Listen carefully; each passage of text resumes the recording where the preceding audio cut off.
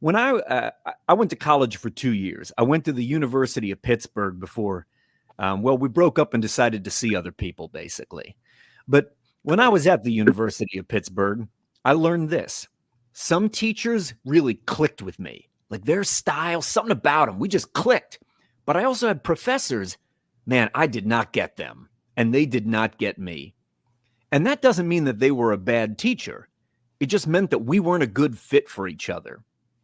And having taught wrestling for the last 22 plus years now, or actually, today is the 23rd anniversary of the Wrestle Factory, my training facility. It's today, January 8th.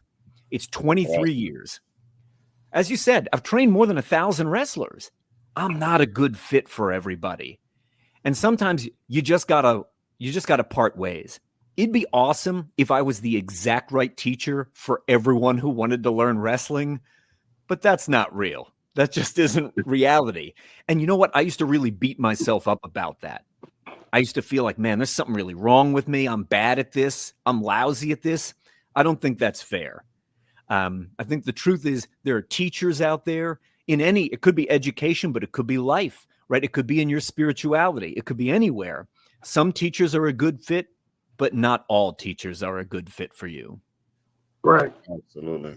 Let's talk about some of the books that you've written. One of them is The 7 Keys to Becoming a Better Performer.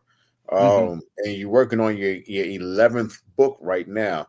Let's look at some of these books that you have out there that's helping the younger generation to find their better fit as from a teacher standpoint.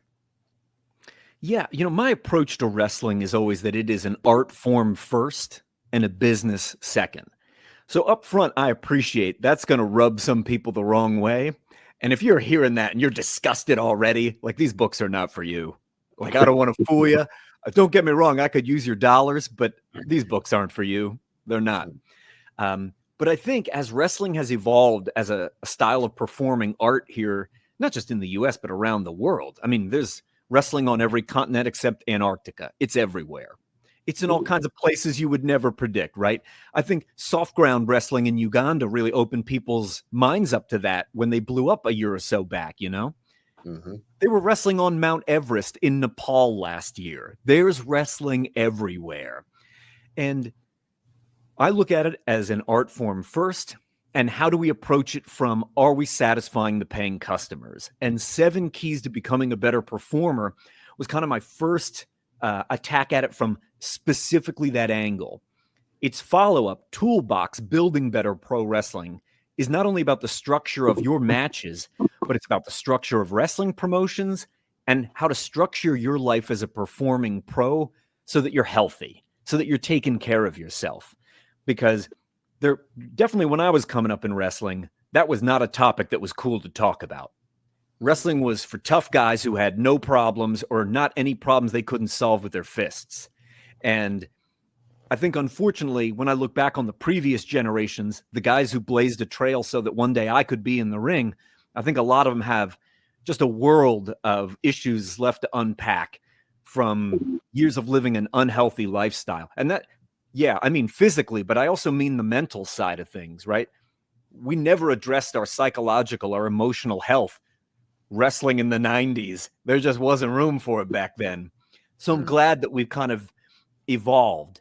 The book I'm working on now, tentatively called Your Best Match Ever, is a framework where I really want people to understand what are the pieces underneath the performance have to accomplish if you want to take the audience on a ride that's going to satisfy them, so that at the end, it gets you the kind of ovations you've always dreamed about.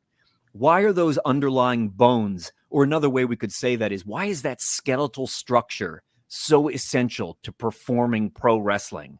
Because I do think that was one of the pieces it took me the longest to understand when I was coming up. And if you've ever seen some of my various early matches, like in that photo you showed, Renegade, where I looked like the innocent but mischievous kid, they're just piles of moves that make no sense. You might as well have been watching a video game on a Sega Dreamcast. It was just a pile of moves from the 90s that didn't go anywhere. They didn't build to a catharsis. It didn't resolve in a way that paid off so the audience could appreciate it. And getting those underlying pieces correct, that is the secret sauce of wrestling. Oh, man. Well,